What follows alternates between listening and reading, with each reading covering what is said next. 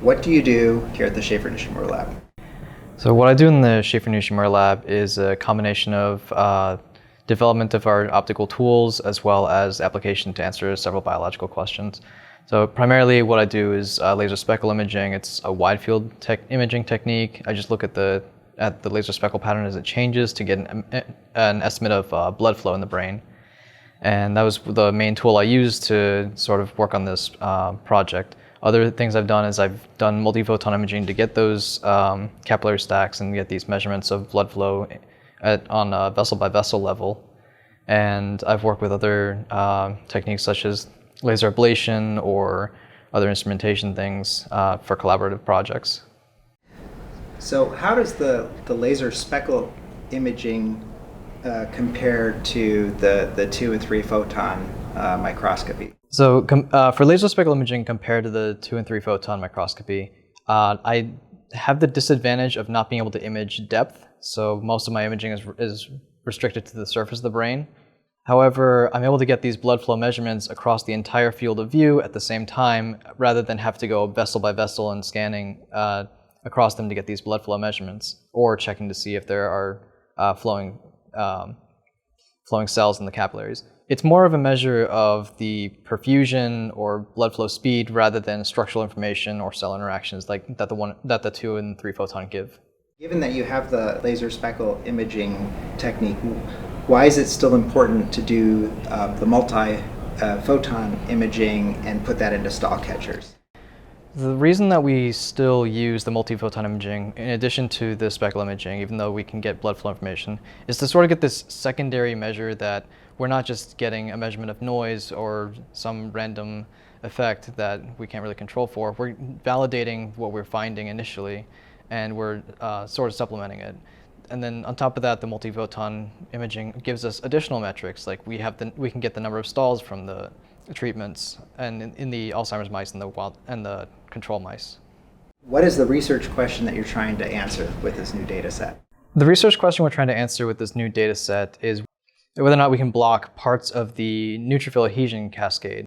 We see that there's these inflammatory markers within the tissue. We want to see if we can block the white blood cells from interacting with them and get the change in blood flow that we see with the initial data set using Ly6G. A bit of the project itself is when we were using Ly6G to initially block these stalls and improve blood flow and memory, we're just using a marker that was specific to neutrophils, but this marker is not entirely preserved from mice to humans. So to kind of get around that, we're looking to receptors or targets that are conserved between mice and humans. And we're looking specifically to these receptors that initiate the binding process between the neutrophils and the capillaries. Let's start with neutrophils. So are neutrophils white blood cells? Yes, neutrophils are one type of white blood cells. There's 5 different types, but they are also the most numerous. They make up about 70% of the white blood cell composition. What is the role of neutrophils in the human's immune response? Neutrophils tend to act primarily as a non-specific binding. They will respond to inflammatory markers to invade tissue and either recruit other cells or initiate an attack on whatever's causing the inflammatory response. So is it good to have neutrophils in our body? Do we need neutrophils? Yes, we absolutely do need neutrophils. Otherwise, we would be getting infections left and right every time we got a cut or a scrape. They're the first response to those types of injuries. It sounds like you've discovered that neutrophils also cause a problem. Are neutrophils related to the capillary stalling? Yes, what we've found with the capillary stalling is that neutrophils are in fact implicated in it. Whenever we were checking to see what the stall rates were, almost every stall that we found had a white blood cell initially. And when we targeted neutrophils, specifically of the 5 types of white blood cells, the neutrophils were the ones that showed a decrease in the stall rates and an increase in blood flow. So if you got rid of all the neutrophils in the body, what would that do to capillary stalling, and what would that do to the body? If we got rid of all the neutrophils, that would increase the blood flow because there's no response to cause them to stop within the capillaries and have these blockages. Downside, though, is that you no longer have an initial immune response. So it's sort of this catch-22 where we have this decrease in blood flow that's being caused by the neutrophils, But at the same time, if we completely deplete them, there's a risk that there will be other disease complications arise. Does this new data set that you're studying somehow address this catch-22 situation? In a way, the new data set is looking to get around this issue in that we want to see about targeting the neutrophils to stop or reduce the amount of binding that happens without completely depleting them. So we are in this data set giving a higher dose, which would cause the neutrophils to deplete, but we're checking the effect of the antibody or of the treatment before the neutrophils get depleted to see if we see that same effect of Ly6G. There are therapies out there that do try to block parts of white blood cells binding to other receptors in a modulated way. Some things like natalizumab, which is a treatment for multiple sclerosis, they use that to reduce the amount of binding and infiltration of white blood cells into the brain that cause these lesions for that disease. At the same time, though, we have to be careful in how we modulate it, because if we suppress the immune system too much, we have a risk of the JC virus, is what I believe is called, that would then cause a lot more damage to the brain than the white blood cells themselves. So it sounds like there might be a therapeutic range. Yes, I believe there would be a therapeutic range for these treatments. I think you mentioned that this is an FDA-approved drug analog. Right. Could you start by explaining what does it mean for something to be a drug analog? So a drug analog would be something that binds the same or type of receptors from one species to another. It's not exactly the same formulation. It's more specific to that one species. So in the case of antibodies, you can get antibodies that target these receptors specifically on the mice or specifically in people. So what's the difference between upstream and downstream molecular processes? When it comes to molecular processes, we tend to use upstream and downstream as sort of this easy to use definition. So when we talk about upstream, we're talking about parts of this signaling that will lead to some result. In the case of the stalling, we want to look at what happens to provide the environment for the stalling to occur. In the case of the NOX2 data set, we were looking to see about trying to reduce the number of oxygen radicals that would cause damage and inflammation to cells, which would then cause the cells to provide these inflammatory markers for neutrophils to bind to. So the upstream in this case would be causing the initial amount of damage that leads to the inflammation. Downstream, on the other hand, would be the effect from this environment that's produced. So in this case, we have the inflammatory environment now within the capillaries, and the neutrophils are binding to those and sticking within the cells. As a result of that, we then have this decrease in blood flow and subsequently this decrease in metabolism or metabolites available for the neurons to react with. So by blocking the capillaries, we now have a reduction in the proper function of these neurons, and that we're believing that causes the cognitive deficits that we see. Would it be fair to say that intervening with upstream processes is kind of a way to prevent stalls, and intervening with downstream processes is about sort of resolving stalls? Yes. If we were to target upstream processes, what we'd be doing is preventing the stalls from happening, whereas if we're targeting the downstream processes, we're resolving the issue that's there currently. So we're taking the stalls that are happening and resolving that issue. And in the current data set from your research, is that targeting the upstream or the downstream? My research is focusing on targeting downstream effects. We're trying to figure out what's causing the neutrophil, or what the neutrophils are using to bind initially, and trying to block that from happening after the environment's already produced. So we've previously analyzed the NOX2 inhibitors in stall catchers. Was that an upstream or downstream intervention? The NOX2 data set that we had worked on in the past was an upstream intervention that we had been using. So the NOX2 is this process that causes free radical oxygen particles to be released. So these free radical oxygen tend to cause DNA damage and other cellular damage, and this damage would then cause inflammation to occur within the tissue. What results did you find from the stall catchers data about NOX2? From the stall catchers data, we found that by inhibiting NOX2, we were able to reduce the number of capillary stalls within these Alzheimer's disease model mice, as well as improve the cognition of these mice as far as when we tested their memory. So that almost sounds like a potential treatment. Is there some reason, could using a NOX2 inhibitor help human Alzheimer's patients? Potentially, using a NOX2 inhibitor could help the Alzheimer's patients early on in the disease process.